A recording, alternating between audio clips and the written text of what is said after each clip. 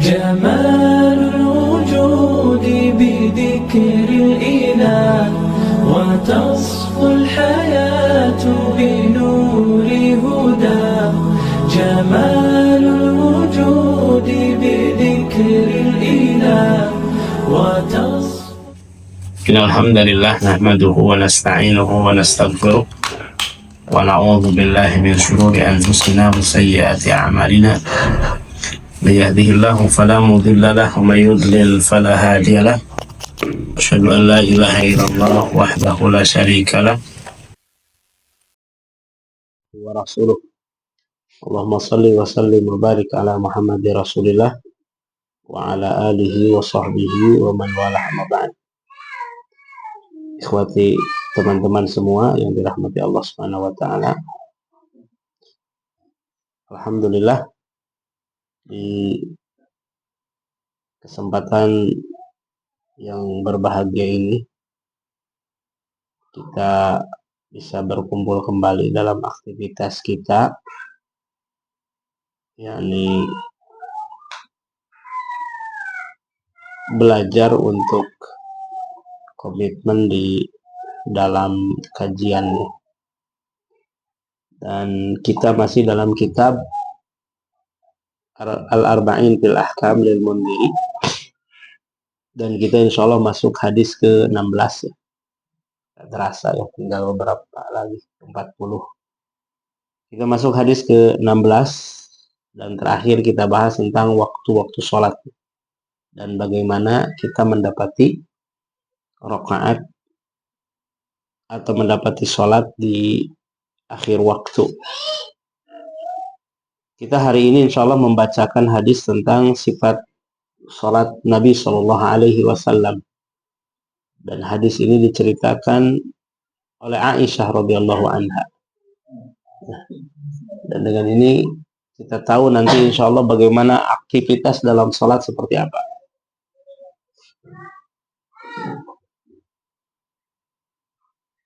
Hadis ini diriwayatkan oleh Imam Muslim, dan hadis yang serupa dengan lafaz ini banyak sekali dan bisa dirunut nanti satu dengan yang lain. Tapi kita akan bacakan hadis ini untuk mengetahui kaifiyat atau tata cara salat Nabi alaihi salatu wasallam. Qala al-muallif rahimahullahu taala, al-haditsus sadis asyar, hadis ke-16. An Aisyah radhiyallahu anha. Dari Aisyah radhiyallahu anha, qalat, beliau berkata, kana Rasulullah sallallahu alaihi wasallam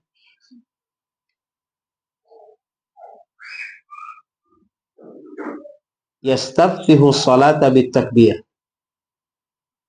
Kadang Rasulullah sallallahu alaihi wasallam membuka salatnya dengan takbir. Jadi beliau membuka salat dengan takbir, Allahu Akbar. Dan ini termasuk, takbir ini adalah rukun dari rukun salat. Yang jelas bahwa salat ini yang diceritakan salat, dan setelah menunaikan wudu atau dalam keadaan suci dari hadas besar ataupun kecil dan suci dari najis. Maka kaifiyat salat adalah, pertama adalah takbir. Jelas ketika bercerita tentang salat ya, masuk di dalamnya adalah niat. Karena di dalam hadis yang lain disebutkan idza qumta ila shalah. Ketika kamu berdiri untuk salat. Maksudnya apa? Ketika kamu meniatkan untuk salat dengan berdiri. Makanya para ulama menyebutkan yang disebut dengan niat itu adalah qasdu syai' muqtaran bi fi'li. Jadi meniatkan sesuatu yang bergandengan dengan gerak sesuatu tersebut. Jadi begitu bergerak berarti disitulah mengawali niat itu dari awal pergerakan. Oleh karena itu ketika orang meniatkan salat, ada tahapan-tahapan niat di situ dijelaskan oleh para ulama. Ada yang sifatnya azam, ada yang memang baru iradah, kemudian azam, kemudian setelah itu adalah niat. Iradah qasd, baru ingin. Contoh umpamanya orang menginginkan. Nah, orang yang ingin kadang-kadang tidak nyangkut di dalamnya niat. Mulai niat itu ketika masuk dalam fase si azam, berazam. Berazam itu betul-betul dia bertekad dan dia berusaha menggapai apa yang dia kerjakan. Maka dari situ dia mulai dicatat sebagai niat yang apabila tidak terlaksana maka niatnya sudah sampai dengan pahalanya. Dan kisahnya banyak tentang ini. Seperti azam orang untuk beramal soleh dengan taubat. Ya, yang membunuh 100 orang gitu. Yang Allah Subhanahu wa taala berikan. Dan itu berazam dan dia sudah memulai taubatnya dan berazam untuk menjadi orang soleh. Dan ternyata taubat itu ya diawali dengan penyesalan, ya, kemudian mencari jalan untuk yang terbaik. Hijrah namanya, hijrah amal. Nah itu. Kemudian berikutnya adalah niat. Dan niat itu adalah ini yang disebut dengan hakikat niat yang disebutkan dalam hadis Nabi innamal a'malu niat. Tapi kalau disebutkan tentang hakikat niat secara umum masuk dari mulai iradah, azam, kemudian sampai kepada niat itu sendiri.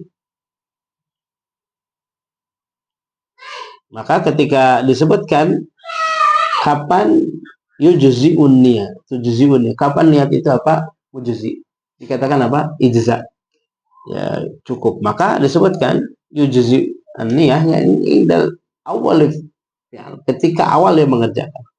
Kalau dalam sholat ya ketika takbiratul ihram. Makanya dalam sebagian mazhab bercerita niat dalam sholat itu bainal hamzah wa ra di takbir. Allahu akbar. Niat. Ya, seperti itu. Karena muktaran dengan fi'il. Tapi ya, dalam mazhab itu sendiri, dalam mazhab Syafi'i sendiri gitu kan, kalau mazhab Nawawi mengatakan alal itlaq. Ya, tidak mesti dari hamzah sampai ra, tapi yang jelas mutlaqun niat. Dan itu mudah, dalam Islam itu mudah. Din yusrun.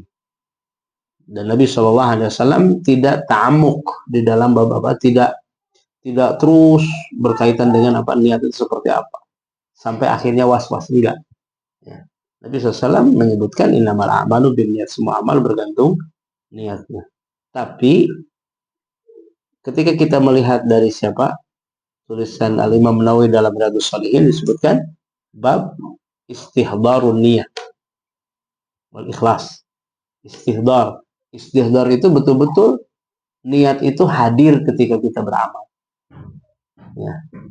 Niat itu betul-betul hadir ketika ketika beramal. Nah, ini yang dimaksud idza qumta ila shalah. Tapi kita lanjutkan di sini dalam hadisnya, yastaftihu shalah bitakbir. Nabi SAW memulai salat dengan takbir. Jadi la ahad yasma di salatin Nabi illa annahu yukabbir. Seseorang tidak mendengar ketika Nabi SAW salat kecuali mengawalinya dengan takbir. Yastaftihu shalah bitakbir. Maka aktivitas sebelum aktivitas ucapan, perbuatan, gerakan sebelum takbir la tadkhulu fi shalah. Tidak masuk kepada kepada salat. Walidzalika law qulna hal talaffudzu bin niyyah minas shalah. Talaffudzu niyyati shalah minas shalah. Apakah melafazkan niat ketika salat, ya, ketika hendak salat termasuk bagian salat? Kalau lihat dari kondisi ini enggak. Ya. Tidak termasuk bagian dari salat. Karena niatnya itu adalah ketika makanya ketika disebutkan dalam talaffuz bin niat itu nawaitu usolli umpamanya salatal maghrib salat rakaat mustaqbal khusus adaan lillahi taala, itu baru mengikrarkan bahwa dia hendak salat. Baru ketika itu niat itu kapan pancegna? Pas mengucapkan takbir. Allah. Nah itulah niat. Nah itu. Dan dimunculkan talaffuz ini adalah liman kana fi nafsihi waswasah. Bagi orang yang di dalamnya waswas, atau umpamanya bagi orang yang memang kurang ngeh istihdar, maka dibantu dengan mengucapkan lisan yang dari salat mencoba bahasa orang itu. Seperti itu. Dan kita mentakkid semua. Dan penyebutan lafaz talaffuz bin niat itu adalah hal-hal yang memang mesti ada dalam niat itu. Dari mulai nawaitu, yaitu niatnya harus ada. Usolli betul-betul ketika sholat. Maghrib betul-betul harus meniatkan maghrib. Adaan harus betul-betul meniatkan bahwa itu adalah bukan qodoan. Gitu kan. Mustaqbilal Ka'bah mustaqbilal Ka'bah bukan Ka'bah. Mustaqbilal Ka'bah menghadap mustaqbilal kiblah, menghadap kiblat, betul-betul meniatkan di situ. Harus ada. Nah, tapi hakikat niat itu ada di mana? Ada di dalam hati gitu kan. Walaupun ya sebagian ulama mengatakan bahwa melafadzkan ini adalah sesuatu yang dianggap bid'ah oleh sebagian dari ulama ini. Ya, dikatakan karena lam yarid fi Nabi sallallahu dan kita pun melihat bahwa laukana khairan lasabaquna itu. Kalau memang ada ya dari sahabatnya mesti ada penukilan walaupun satu riwayat. Tapi wallahu alam ya, sampai sekarang setiap yang mengucapkan itu lam yakun hunaka. Walidzalika dzakaru, dengan ini para ulama madhab mengatakan bahwa itu adalah litakid, untuk menguatkan sesuatu yang ada dalam hati. Talaffuz bin niyah laisa niyah. Melafazkan niat adalah bukan bagian dari niat, tidak termasuk. Karena sepakat bahwa niat itu adalah min a'malil qulub. Makanya Rasul mengatakan innamal a'malu bin niyat. Oleh karena itu, kalaupun dia melafazkan niat dengan benar, akan tapi hatinya dia enggak benar, umpamanya dalam lafaz niatnya lillahi ta'ala, tapi dia riya, maka enggak ngaruh lafaznya. Idza khalafa al-lisan al-qalba fala i'tibara fihi mil talaffuz. Ketika lisan itu berbeda dengan hatinya, maka tidak ada i'tibar di situ. Allah taala alam. Ini seperti ini. Tapi ini ya jadi ala al-sinati al-madhab. Dan ini mengalir di tengah-tengah penjelasan madhab tentang masalah lafaz bin niyah. Dan dalam madhab disebutkan mustahab. Yang dimaksud mustahab adalah istahabbahu al-madhab. Itu mustahab di situ dicintai oleh madhab. Itu indal madhab. Yani yastaftihu salata bitakbir. Allahu akbar. Nah, pengucapan takbir di sini adalah Allahu akbar. Wa dzukira an ba'dil ulama annahu yajuzu bi al-asma'il a'zam. Boleh dengan nama-nama yang agung yang lainnya. Contoh umpamanya Allahu a'zam. Kan tapi jumhur mengatakan bahwa takbir adalah qaul Allahu akbar. Walaupun sebagian melihat dari ini dinukilkan dari sebagian madhab Hanafi mengatakan bahwa pengucapan takbir itu adalah boleh tidak dengan Allahu Akbar, tapi dengan nama Allah yang lain. Seperti itu.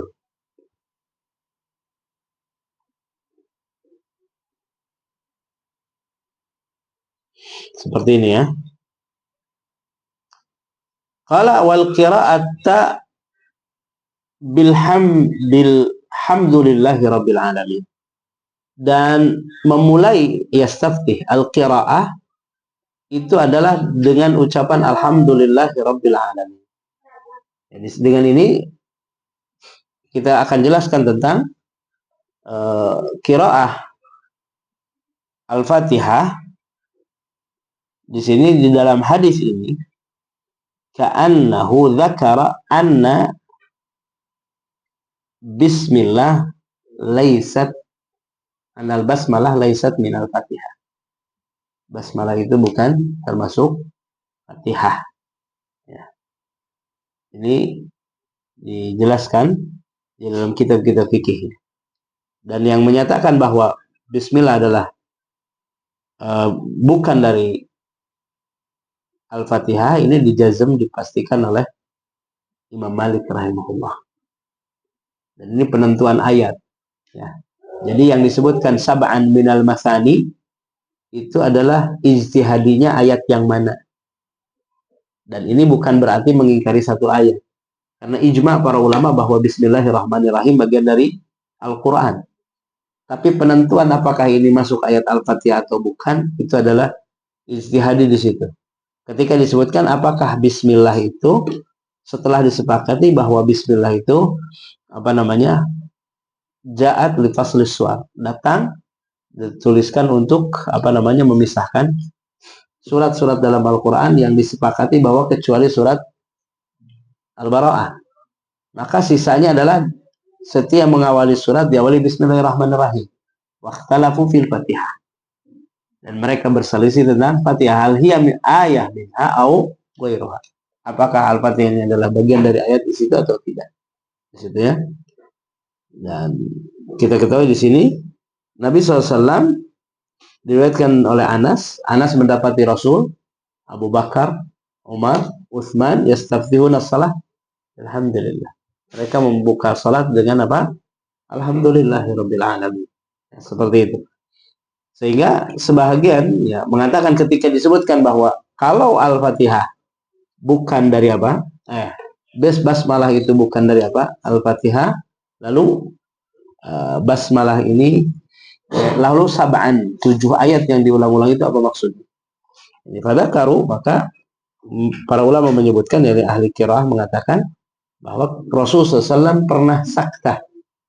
Rasulullah SAW pernah berhenti ketika membaca Siratal ladzina an'amta alaihim. Oleh karena itu yang menyatakan bahwa apa?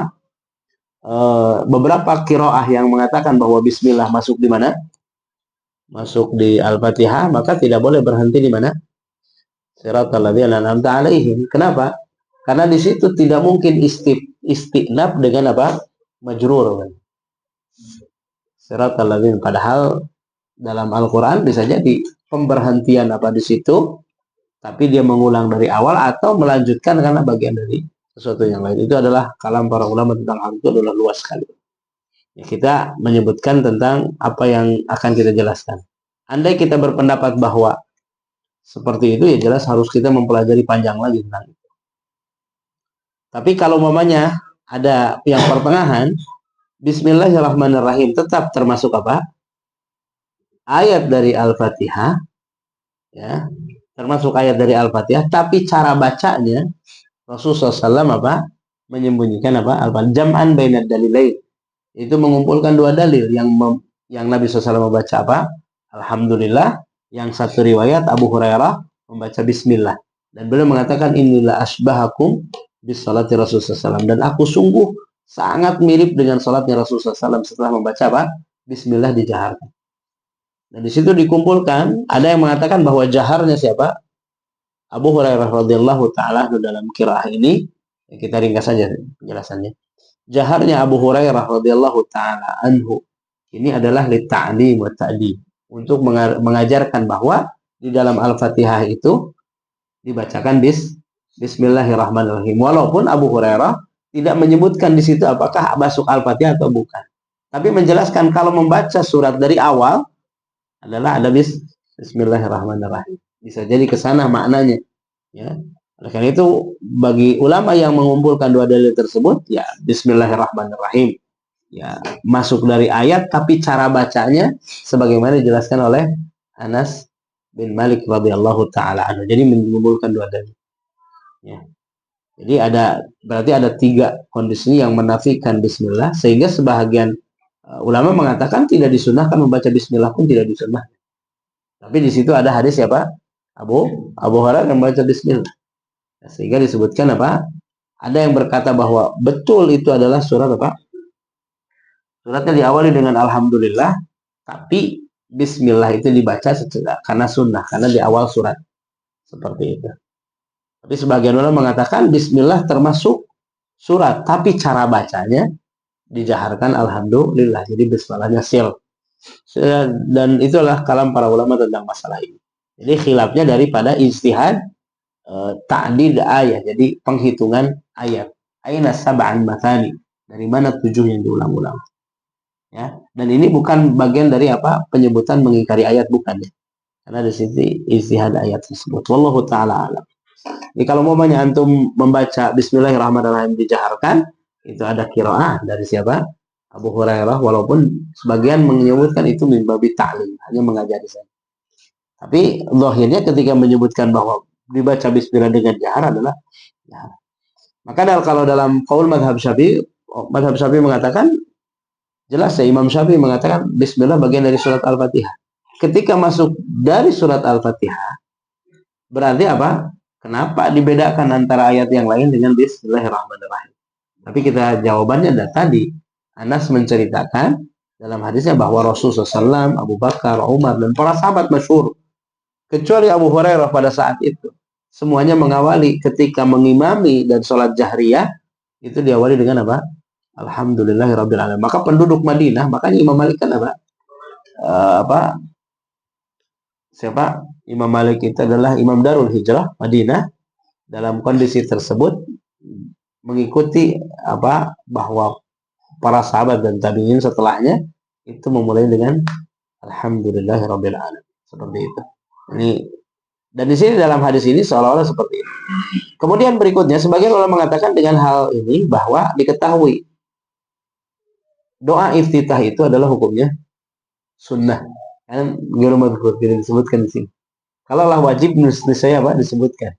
Nah, begitu. Walaupun sebagian ulama madhab itu sebagian ulama menyebutkan adalah doa iftitah itu ada yang mengatakan wajib. Ya, tapi sunnah. Ya. Kita lihat di sini. Kemudian wal qira'ah bilhamdillahirabbil alamin. Tapi bahkan Imam Malik dinukilkan dari beliau bahwa tidak disunahkan baca doa iftitah. Tapi di situ banyak hadis yang meriwayatkan, termasuk hadis Abu Hurairah tentang apa namanya Allahumma ba'id baini dan Rasulullah SAW ya menceritakan tentang seseorang yang malaikat menyamperi ketika apa yang dibaca sebelum baca Fatihah. Ternyata baca apa? Lafaz doa iftitah yang lain. Dan Imam Ahmad sering membaca doa iftitah dengan subhanakallahumma wa bihamdika wa tabarakasmuka wa ta'ala jadduka wa ghairuka. Sekalipun sebagian ulama menyebutkan riwayat tentang doa iftitah yang ini lemah. Ya, tapi digunakan. Tapi sebagian menyebutkan riwayatnya hasan. Yang jelas bahwa ada apa namanya riwayat berkaitan dengan doa iftitah, dan doa iftitah itu banyak macamnya, ya, banyak macamnya. Dan kalau umpamanya kita merujuk kepada karangan Syekh Al-Albani rahimahullah dalam sifat salatnya, beliau menyebutkan lebih dari 7 lafaz doa iftitah, dan kita membacanya bergantian agar sunnah ini terjaga, ya. Dan kadang-kadang di kita pas saya baca iftitah cek nu hiji kudu wajah tuh, cek nu hiji kudu Allahumma ba'id baini. Nah itu dua-duanya hadisnya ada. Dan Imam Syafi'i lebih mendahulukan apa? Wajah tuh wajhiya lillazi fataras samawati. Seperti itu. Dan ada riwayat tentang Allahu akbar kabira walhamdulillahi katsira wa subhanallahi bukratan wa asila, ya, 3 kali di situ baca. Cukup seperti itu. Allahu akbar kabira, Allahu akbar kabira, alhamdulillah. Atau di sekaligus Allahu akbar kabira walhamdulillahi katsira wa subhanallahi bukratan. Kemudian baca a'udzubillahi minasyaitan. Dan sebagian ulama menyebutkan isti'adzah. Dan diriwayatkan dari sebagian ulama bahwa isti'adzah dibaca setiap rakaat, ya. A'udzubillahi minasyaitonir rajim, bismillahirrahmanirrahim, baru alhamdulillahirabbil alamin. Seperti ini. Tapi wal qira'ah bilhamdillahirabbil alamin, memulai dengan alhamdulillah, ini zahirnya memang tidak ada bacaan sebelumnya. Jadi ketika sholat yang wajib saja dilakukan berarti sempurna sholatnya, begitu, seperti ini. Dan ini menjelaskan bahwa Fatihah ini dibaca. Dan para ulama menyebutkan dalam penjelasan Al-Fatihah, apakah Al-Fatihah ini rukun atau wajib, ya. Yang ada yang membedakan rukun dengan wajib. Ada yang mengatakan apa rukun, ya, seperti itu. Tapi jumhur mengatakan ini adalah rukun. Rasulullah SAW mengatakan la salata liman lam yaqra Fatihatul Kitab. Tidak salat orang yang tidak membaca Fatihatul Kitab. Sebagian mengatakan cukup faqra'u ma tayassara minal Quran dan seterusnya. Oke lah, kita lanjut. Wa kana idza raka'a. Nah, kemudian beliau menyebutkan itu Aisyah, dan keadaan beliau SAW ketika ruku. Berarti tidak membaca apa? Amin. Kemudian baca surat atau baca ayat selain Al-Fatihah. Dan itu dijelaskan oleh para ulama itu hukumnya sunnah. Karena Nabi SAW membaca di 2 rakaat pertama itu adalah itu, yaitu suratnya. Adapun pembacaan amin itu disunnah. Apalagi ketika aminnya dijaharkan oleh makmum, ya. Jelas dalam hadisnya seperti itu. Dan kalau sendirian pun kita disunahkan baca amin. Oke. Jelas ya di sini, dan hukumnya sunnah. Jadi kalau mamanya ada orang sholat baca Fatihah, ya, pas berdiri baca Fatihah aja gitu kan, itu baca amin, itu baca surat, itu sah. Cuma dia tidak mendapatkan pahala baca surat begitu ya. Atau mamanya pas sholatnya kulhu gitu kan, nah gitu kan, rakaat kahiji kulhu, rakaat kedua kulhu gitu kan. Atau biasanya rakaat pertama kemudian ditutup dengan kulhu terus, seperti itu boleh ya, gitu ya. Itu seperti itu, karena itu adalah kira sunnah hukumnya. Dan dalam sunnah itu ada yang sunnahnya memang baca surat panjang, ada suratnya sedang, ada suratnya surat pendek. Tapi dalam sisi salat secara umum ya, kondisinya bahwa itu adalah bukan sesuatu yang wajib. Wa kana idza raka'a, dan di sini beliau tidak menyebutkan berdiri ya, karena dalam hadis yang lain tadi idza qumta. Wa kana idza raka'a, dan keadaan beliau saat ruku lam yushkhis ra'sa wa lam yusawwibhu. Dan keadaan Nabi SAW apabila ruku, Nabi SAW tidak menjadikan kepalanya merunduk ke bawah dan juga tidak centang ke luhur. Jadi kadang-kadang kita ketika ruku ya kepalanya ke bawah begini atau nenggak ke atas gitu ya. Jadi kita itu enggak. Tidak begini, tapi lurus ya. Bersamaan dengan lurusnya punggung. Walakin baina dzalik, tapi antara keduanya jadi lurus. Seperti itu. Dan di sini penjelaskan bahwa ruku itu seperti apa gitu. Dalam ruku itu qadrul mujzinya, kita ketahui bahwa ruku adalah rukun dari salat. Allah mengatakan warka'u ma'ar raki'in. Itu bil ijma'. Dengan ijma' para ulama pun seperti itu. Tapi qadrul mujzinya seperti apa? Qadrul mujzi dalam ruku itu adalah dia inhina udhahar. Jadi punggungnya membungkuk. Wa yadaihi ala rukbatayhi, dan kedua tangannya di lututnya. Itu qadrul mujzi. Ya. Kemudian itu posisinya.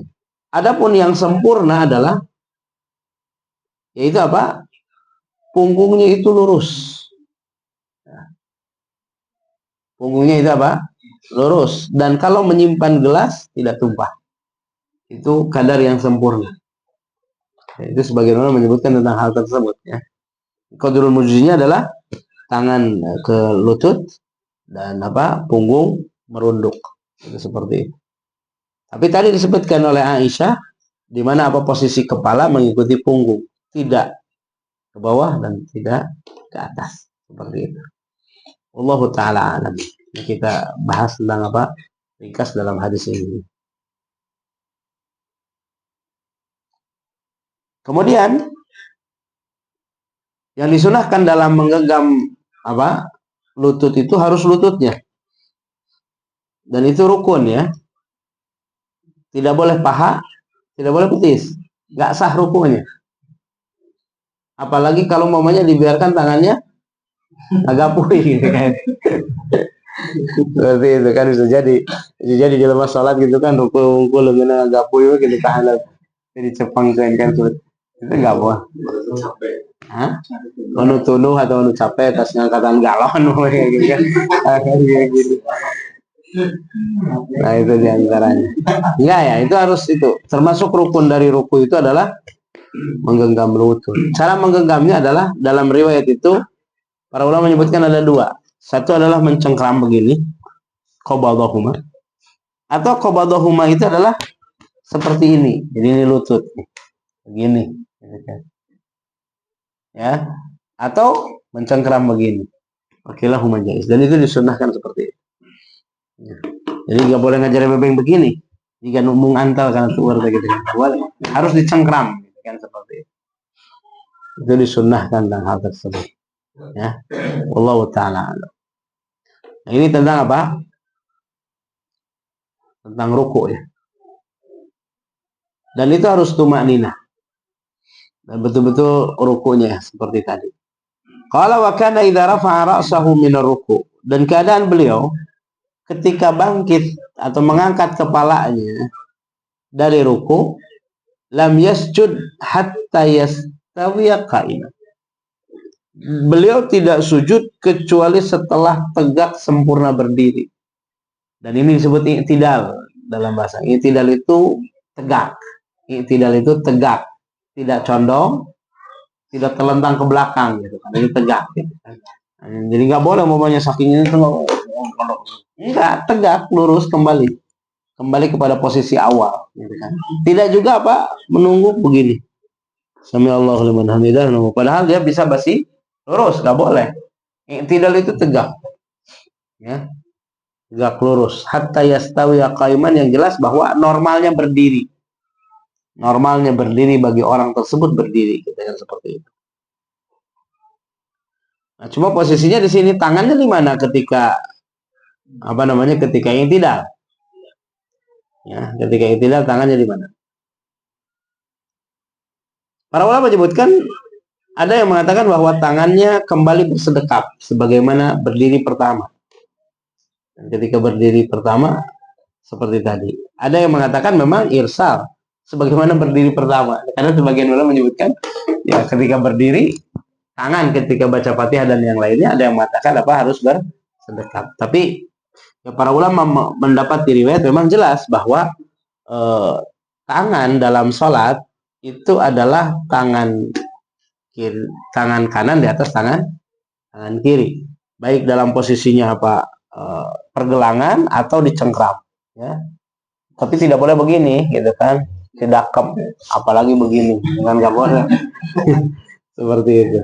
Posisi tangan itu imma pergelangannya harus di sini seperti ini, diluruskan begini aja, ditempel karena wadha, seperti wakana yani yadahul yumna 'alal yusra, wadha yadahul yumna 'alal yusra, begini. Ada riwayat tambahan qabadah. Nabi SAW menggenggamnya, dan biasanya diberikan batasan seperti ini menggenggam. 1 atau 2 gitu, seperti itu. Kafaihi, telapak tangannya. Di mana diletakkannya? Diletakkannya itu adalah tidak boleh di dada begini. Para ulama mazhab menyebutkan makruh. Dan hadis tentang riwayat ala sadr itu dhaif, para ulama menyebutkan. Dan sepakat kepada itu. Tapi ketika ditakdirkan sahih ala sadr, bukan seperti ini. Ala sadrihi, yani ya, sadr itu adalah matahta sadr, fauqa surrah, di ulu hati di sini. Itu di bawah rusuk, di atas pusar. Dan sebahagian kalau madhab Hambali menyebutkan yang paling sempurna meletakkan tangan adalah tahta surrah, di bawah di bawah pusar. Karena dalam riwayat asar dari Ali bin Abi Thalib radhiyallahu taala anhu, beliau menyimpannya ada di bawah pusar. Dan itu adal lil khusyuk, itu lebih menunjukkan tentang khusyuk dalam sholat. Dan makanya kita menunjukkan. Dan ini sini adalah para ulama menyebutkan tidak mencela satu dengan ini. Yang sepakat makruh adalah ketika meletakkan seperti ini di dada. Apalagi begini. Ini kan orang Yahudi sholatnya begini. Orang Yahudi ketika menghadap. Nah, itu gambarannya ya tentang. Jadi kalau dalam madhab Syafi'i itu biasanya posisinya senyaman mungkin. Jadi posisinya tegak. Tapi kalau dalam madhab Hambali ya pusar, di bawah pusarnya. Kalau mamanya antum lihat orang sholat tangannya di bawah pusar, kondisi ke. Memang Ali bin Abi Thalib dan riwayatnya diriwayatkan makbul ya oleh para ulama mazhab dan dijadikan rujukan di situ. Karena tidak sah. Nah, lalu bagaimana kalau mamanya yang sebagian ulama menyebutkan tentang ada yang tidak menyebutkan tidak bersedekap, langsung lurus aja gitu. Allahu Akbar. Kalau seperti itu. Dan ini sebagian madhab cerita seperti itu, irsal. Tapi kita mendapati riwayat-riwayat hadis mengamalkan seperti itu. Jadi tangan kanan di atas tangan kiri. Jadi meletakkannya di bawah dada, di atas pusar atau di bawah pusar. Seperti itu ya. Wallahu taala alam.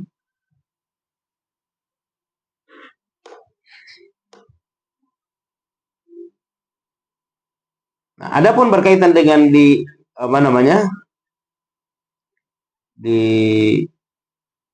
setelah ruku di i'tidal, sebagian ulama mengatakan ada yang berpendapat bahwa di awalnya qabd, ada yang mengatakan kembali irsal, ada yang kembali bersedekap karena hadisnya lafadznya kana idza qama ila salat wada'a yadahu al-yumna 'ala al-yusra. Keadaan Nabi SAW kalau berdiri dalam salat, maka beliau meletakkan. Nah, cuma pertanyaannya ini qiyamul awal atau qiyamul tsani? Sebagian ulama mengatakan ini qiyam pertama. Qiyam kedua enggak, kembali kepada sebelum salat. Ya. Makanya kalau mu'tabar dalam mazhab Syafi'i itu adalah kilal qiyamain. Kedua posisi berdiri berarti kembali sedekap. Dan Syekh Muhammad bin Shalih Al-Utsaimin lebih cenderung ke situ. Lihat dari sisi keumuman lafaz. Walaupun tidak sharih untuk qiyam keberapa, tapi kalimat kana idza qama ila shalah. Kana idza qama fi shalah. Ketika beliau berdiri dalam salat, wada'a yadahu al-yumna 'ala al-yusra. Wallahu ta'ala. Seperti itu. Wa kana idza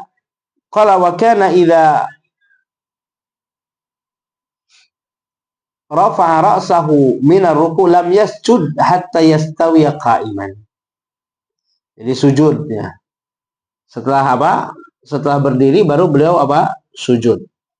Ya, sujud disebutkan dalam riwayat lain adalah di atas 7 anggota sujud. Yang pertama jabhah, ya, dan diisyaratkan kepada hidung. Ya. Kalau dalam mazhab Hambali, jabhah dan hidung ini bagian dari satu bagian. Kalau dalam mazhab Syafi'i jidat aja. Jadi hidung nempel itu sunnah. Ya, karena mancungnya. Tapi kalau umpamanya kita melihat bahwa itu adalah memang disunahkan dengan hidungnya, berarti apa? Memang harus nempel dengan tempat sujud. Jadi kalau umpamanya jidat saja berarti tidak sah ketika menggabungkan jabhah dengan hidung. Wa asyara ila anfih. Nabi mengatakan jabhah dan berisyarat ke hidungnya. Kemudian kafai, 2 telapak tangan. Ya, itu.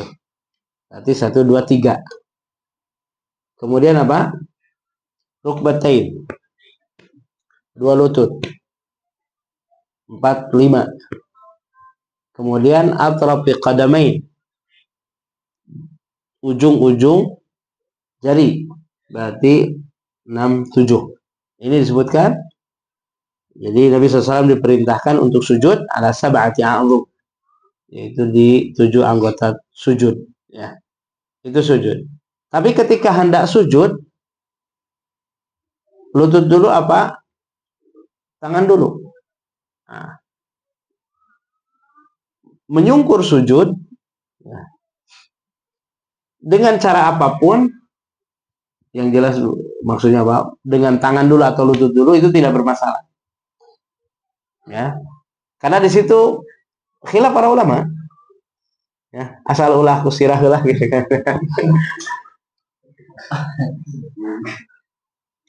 Bagus ya. Ya. Bahaya gitu kan. Langsung nyusup ya.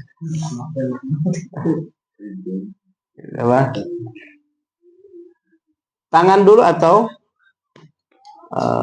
lutut dulu. Di situ ada hadis yang disebutkan oleh para ulama mudharib, yaitu tidak boleh yabruk, yaitu menderum, nyungkur, turun untuk sujud seperti turunnya unta. Cuma di situ ada riwayat letakkan tangan dulu sebelum lutut. Ada yang mengatakan lutut dulu sebelum. Nah, jadi kalimat yabruk tidak boleh seperti untanya, sepakat sahihnya. Tapi ketika menyebutkan apa tangan dulu dan kaki itu disebut mudharibnya itu dari riwayat itu. Ya. Yang jelas di situ ada larangan, tidak boleh posisinya apa? Menyungkur sujud dengan seperti unta gitu. Cuma yang mudharibnya apa tangan dulu ya, apa kaki dulu di situ. Karena unta tangannya yang mana gitu, seperti itu. Allahu taala alam. Nah, ini diantaranya. Ya. Makanya kalau guru saya Syarif Qadar rahimahullah taala, beliau menyebutkan kalam dari Syekh Mukbil wa kilal amraini sahal. Dua permasalahannya mudah, lutut dulu atau cuma biasanya apa? Kalau madhab Syafi'i mu'tamadnya adalah lutut dulu. Kenapa? Ashal. Jadi murattab, tartib. Ainal aula, mana yang lebih dulu? Lutut dulu atau tangan dulu? Seperti itu. Maka yang lebih mudah adalah lutut dulu. Karena yang paling bawah. Tapi ada juga yang mengatakan lebih mudah dengan apa? Tangan dulu. Karena posisi lutut, tangan ketika sudah menahan, maka lutut lebih mudah. Allah Ta'ala mungkin al-amrin sah. Ini dalam sujud ya. Wa kana idza rafa'a ra'sahu min as-sujud lam yasjud hatta yastawi jalisan. Kemudian ketika beliau bangkit atau mengangkat kepalanya dari sujud, berarti ini duduk. Lam yasjud hatta yastawi jalisan. Ini tidak setelah sujud. Dia duduk sempurna. Ya. Ini ketika disebutkan yastawiya qa'iman, yastawiya jalisan, berarti di situ adalah al-amru bil itmi'nan. Tuma'ninah di situ adalah rukun, bagian dari apa? Bagian dari amalan tersebut. Ini hatta yastawiya sampai posisinya sempurna, qa'iman berdiri atau jalisan duduk. Kalau habis ruku berdiri kembali sempurna, kalau habis sujud kembali. Karena nanti ada Nabi SAW mengatakan ada yang menjadi pencuri sariqah di dalam sholatnya. Kemudian ditanya bagaimana orang mencuri dalam sholat. Yaitu Nabi SAW menjelaskan dia belum tumaninah dalam satu posisi kemudian langsung untuk menyungkur kepada aktivitas amal sholat yang lain. Canggih ajak, Allahu Akbar sujud. Canggih nepi karena sujud karek antal wungkul langsung dia apa? Canggih diuk ajak gitu kan sebelum apa berdiri tegak pun dia sudah apa menyungkur sujud kembali. Itu disebut sariqah, pencuri dalam sholat. Dan Nabi SAW menyebutkan akan datang ya, orang yang sholat itu seperti burung mematuk apa? Mematuk makanan di situ. Ini cepat gitu jika ya japati. Nah, itu seperti ini. Seperti ini. Qala wa kana yaqulu fi kulli rak'ataini tahiyyat. Dan beliau sallallahu alaihi wasallam di setiap 2 rakaat itu membaca at-tahiyyat. Ini tahiyat. Ini dalam sholat fardu ya. Masuk 2 rakaat. Setelah apa? Sujud kedua, kemudian duduk tegak, baca tahiyat. Ya. Seperti itu. Kalau memang sholatnya 2 rakaat, berarti itu tahiyat akhir. Kalau umpamanya lebih dari 2 rakaat, tasyahud awal.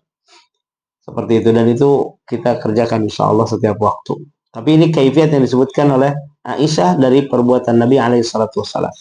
Dan lafaz tahiyatnya yang sempurna adalah at-tahiyatu lillah wassalawatu wattayyibah ya.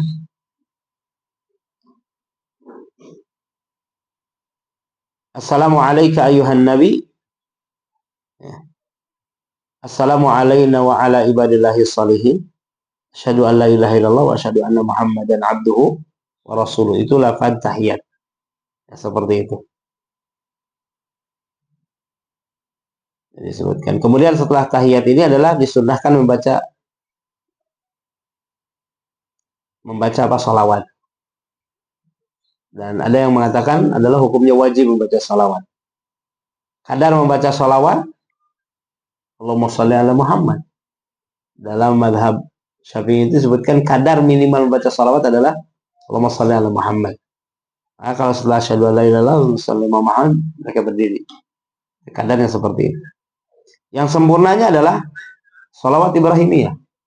Wassallallahu ala Muhammad wa ala Muhammad. Dan kalau di tasyahud akhir ini wajib dibaca sempurna. Kalau tasyahud awal dalam mazhab disebutkan kadar mujizinya adalah Allahumma shalli ala Muhammad. Seperti itu. Ini adalah fikih ya. Ya, bagaimana memahami konteks yang harus dikerjakan di sini. Kemudian disunahkan setelahnya membaca apa? Isti'adzah dari 4 hal. Dan sebagian ada yang mengatakan hukumnya wajib. Ya.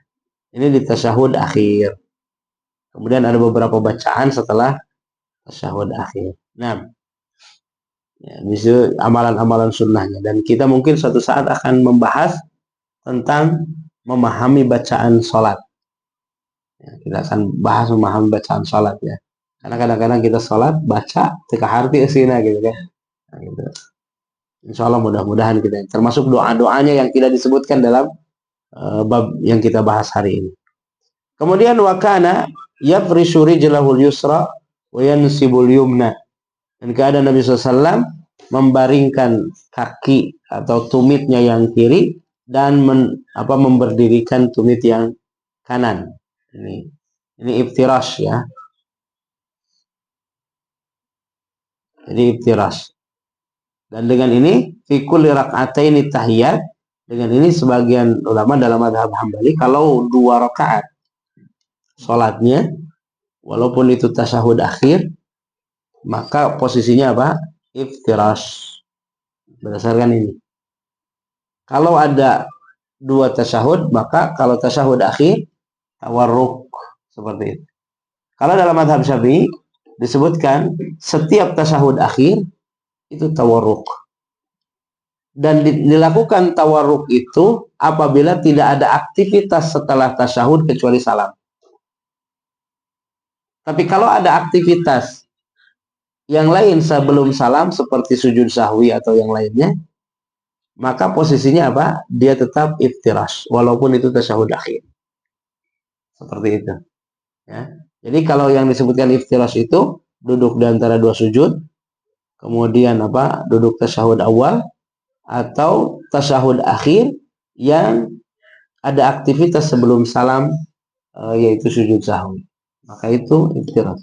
Dan tawarruk itu hanya tahiyat atau duduk yang akhirnya langsung salam. Itu dalam mazhab Syafi'i. Itu sampai di detail gitu kan. Dibahas begitu. Ya, seperti ini. Wa kana yanha an uqbati syaitan. Wa yanha an yaftarisha ar-rajul dhira'aihi iftirasha sabu'. Wa kana yakhtimu shalah bit taslim. Dan keadaan beliau melarang untuk duduk seperti syaitan. Uqbatu syaitan yaitu iq'a. Duduk iq'a. Dan duduk iq'a ini ada 2. Ada yang satu memang uqbatu syaitan, ada yang satu adalah bukan. Ya. Bagaimana yang uqbatu syaitan? Yang uqbatu syaitan itu adalah duduk duduk di 2 tumit dalam posisi kakinya dibiarkan berbaring. Nelap kita tah di kakinya. Jadi duduk di tumit tersebut dalam posisi ini. Ya, seperti ini. Ini yang disebut dengan iq'a uqbatu syaitan. Jadi posisinya ketika dia posisi duduk, ya tumitnya begini. Telapak kakinya begini. Ya. Kalau iq'a yang dibolehkan adalah telapak kakinya berdiri. Dua-duanya. Berdiri dua-duanya dan pantat kita itu ada di tumit yang berdiri ini. Seperti ini. Ini iq'a yang dibolehkan. Yang ukbatu syaitan itu yang dibaringkan begitu. Jadi kalau mamanya kaki itu gak berdiri tapi gantungan. Karena ikaharep memal bisa ya. Ikaharep bahaya. Seperti itu. Ke belakang. Itu disebutkan di dalam penjelasan para ulama. Jadi ini yang dibolehkan duduk di antara dua sujud atau duduk ketika tasyahud. Bisa ikna seperti ini atau ikna yang dibaringkan. Wallahu ta'ala alam, ilahnya seperti itu.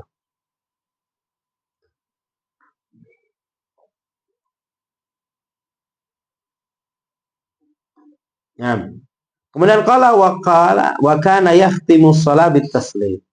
Hadis ini menjelaskan dan beliau alaihi salatu wassalam menutup salat dengan membaca salam.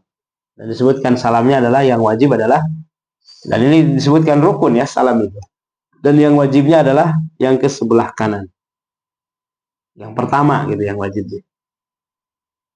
Yang keduanya adalah sunnah. Jadi kalau mamanya ini. Cuma yang jadi permasalahan kalau kita jadi makmum, ya, apakah setelah selesai salam dua-duanya atau setelah salam pertama? Ya. Kalau melihat dari sisi pergerakan semua sholat, begitu salam apa? Salam pertama dia assalamualaikum, maka dia apa? Salam sebelum salam kedua kita mengikuti assalamualaikum.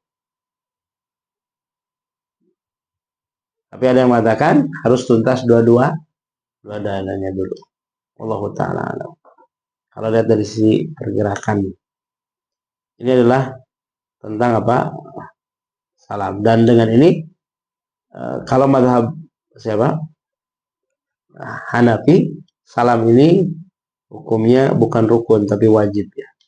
Jadi kalau umpamanya dia karena beliau membedakan antara rukun dengan wajib. Antara fardu dengan wajib beliau membedakan.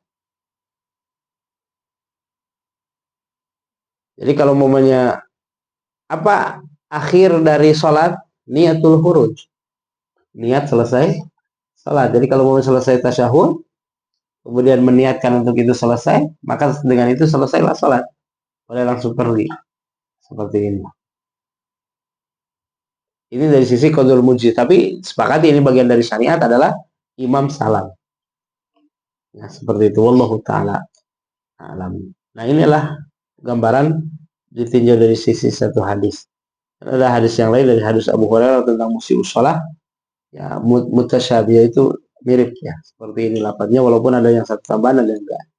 Dan untuk mempelajari tentang keutuhan sifat salat adalah kita tinggal beli sifat salat Nabi Syekh Al-Albani atau sifat salat Nabi, para ulama banyak ya tentang hal seperti ini. Dan kita melihat sifat salat dalam kitab Bulughul Maram juga seperti itu.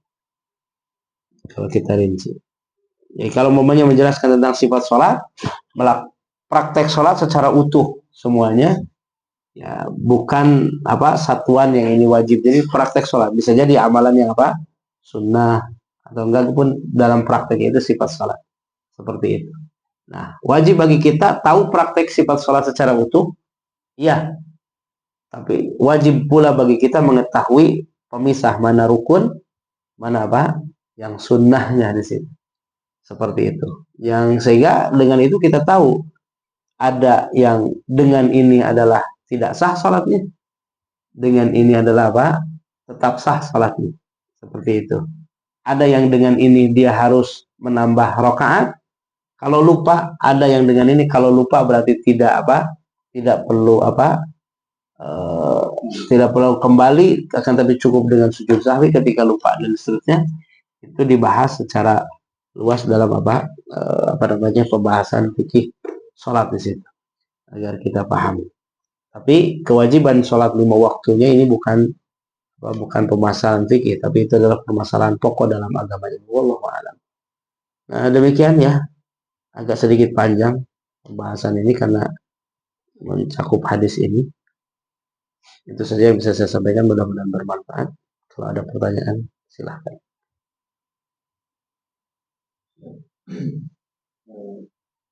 Aku pernah mendapatkan keterangan bahwa jumlah tasyahud itu ya tidak lebih dari 2. Jadi misalkan kalau dia keadaannya masbuk terus dia mendapatkan rakaat pertama itu dia tasyahud, berarti untuk rakaat selanjutnya dia nggak perlu tasyahud awal lagi. Jadi kalau misalkan walaupun dia masuk ke jumlah rakaat yang kedua, dia nggak usah tasyahud lagi, dia langsung berdiri karena tasyahud awalnya sudah di rakaat pertama. Wallahu ta'ala alam. Wallahu ta'ala alam. Rasulullah SAW mengatakan, ya secara umum dalam apa? Dalam sholat yang masbuk, Nabi SAW mengatakan, ikutilah imam, ya. Kama adraktum fasallu. Apa yang kamu dapati, ikuti sholat bersama imam. Kama fatakum fa'atimmu. Maka yang tertinggal sempurnakan. Nah, sholat yang bersama imam ini rakaat keberapa? Pertama. Berarti yang tertinggal rakaat keberapa? 2, 3, 4. Apa yang dilakukan di rakaat kedua, ketiga, keempat? Ya sholat seperti biasa. Itu kalau dari zahir lapan tersebut. Wallahu ta'ala, Anda nggak tahu qaul seperti itu. Anda nggak tahu qaul seperti itu bahwa dalam sholat yang penting 2 kali tasyahud. Wallahu a'lam, Anda nggak tahu sampai ke dalil. Tapi kalau dari zahir hadis, "Kama adraktum fasallu," apa yang kamu dapati bersama imam salat. "Kama fatakum fa'atimu." Sehingga dalam fikihnya kita kebahas kemarin sebelumnya, kaifa idraku rakaah, bagaimana seseorang mendapati satu rakaat. Kan kalau mamanya antum mendapati sujud, kan antum menyebutkan tetap aja menyempurnakan sujud berikutnya. Bahkan tidak dianggap satu rakaat. Nah, seperti itu. Wallahu ta'ala alam. Kami tidak merubah niat di dalam sholat. Merubah niat dalam sholat, sebagian ulama menyebutkan kalau dari wajib ke mana? Ke sunnah boleh. Tapi kalau sunnah wajib tidak boleh. Kenapa? Kalau dari yang wajib ke yang sunnah itu tanazal. Turun dari pokok ke tambahan. Tapi kalau dari sunnah nggak bisa. Karena tidak bisa amalan wajib kecuali tuntas dari awal sampai akhir. Baru dikatakan wajib, nggak bisa. Allah, kebayang nggak antum fikihnya? Nah, seperti itu. Kalau umpamanya antum pas niat sholat niat sholat sunnah umpamanya. Kemudian tiba-tiba ayo aja lemah di makmum di tukang gitu kan? Niatnya jadi sholat wajib, nggak boleh. Nggak boleh seperti itu ya. Kebayang antum tetap aja sholat sunnah dan biarkan dia menyempurnakan sesuai dengan niat. Dan di sini para ulama membahas tentang bolehnya ikhtilafun niat dalam berjamaah. Baik imamnya yang sunnah atau imamnya yang wajib. Seperti itu. Ini kondisinya seperti tadi. Tapi kalau umpamanya kondisinya antum kondisinya sholat wajib gitu kan. Menyangka sudah sholat Gus nyangka geus bareres sholat berjamaah. Ternyata acan gitu kan. Nah, setelah itu antum niatkan berubah sunnah, nanti kita sholat fardunya bersama. Boleh. Seperti itu. Wallahu ta'ala a'lam.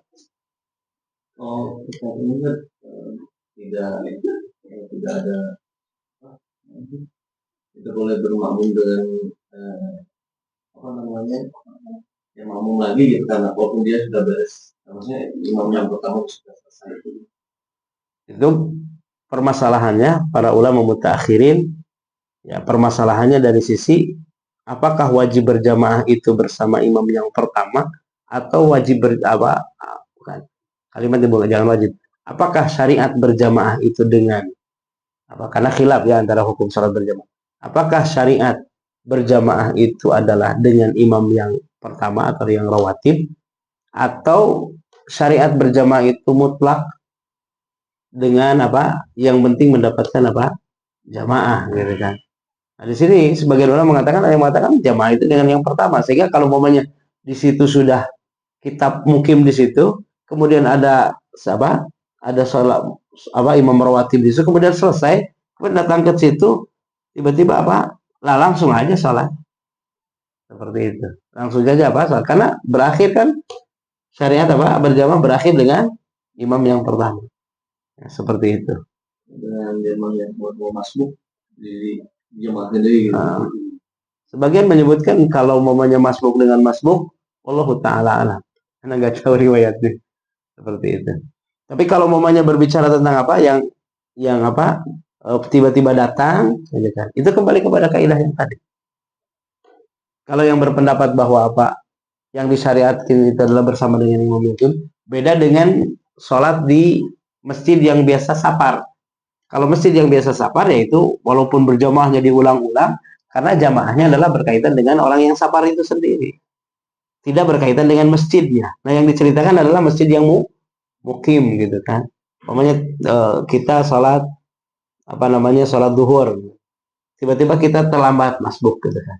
Nah, tiba-tiba di situ ada 5 orang lagi kan seperti itu. Maka bagi yang mengatakan tadi untuk seperti ini, maka sholat masing-masing gak dapat apa jamaah. Gitu. Tapi pendapat para ulama yang lain kembali kepada keumuman bahwa sholat masyru'nya jamaah itu hukum asal kembali ke situ. Tapi ketika didapatkan apa jamaah diperbolehkan untuk apa membuat jamaah yang baru seperti itu. Wallahu ta'ala alam. Tapi apakah mendapatkan 27 derajat? Seperti itu. Dari sisi apa? Dari sisi niatnya, insya Allah. Tapi dari sisi apa? Amalnya berbeda dengan yang pertama. Dan di dalam satu masjid tidak boleh ada dua imam. Tidak boleh. Seperti itu. Itu apa? Kejelian mereka para ulama ya sejauh itu. Kenapa? Karena kalau mamanya ada 2 imam yang berikutnya, khawatir akan muncul apa? Jamaah-jamaah apa? Di dalam satu masjid beberapa jamaah. Kan seperti itu. Satu masjid beberapa jamaah. Dan takut jadi kebiasaan. Kebiasaan. Mas mungkin ada gaya jamaah lain gitu. Kan seperti itu.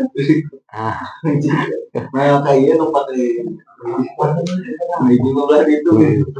Tapi itu tidak, para ulama tidak menyebutkan tentang apa bahwa yang seperti itu tidak sah.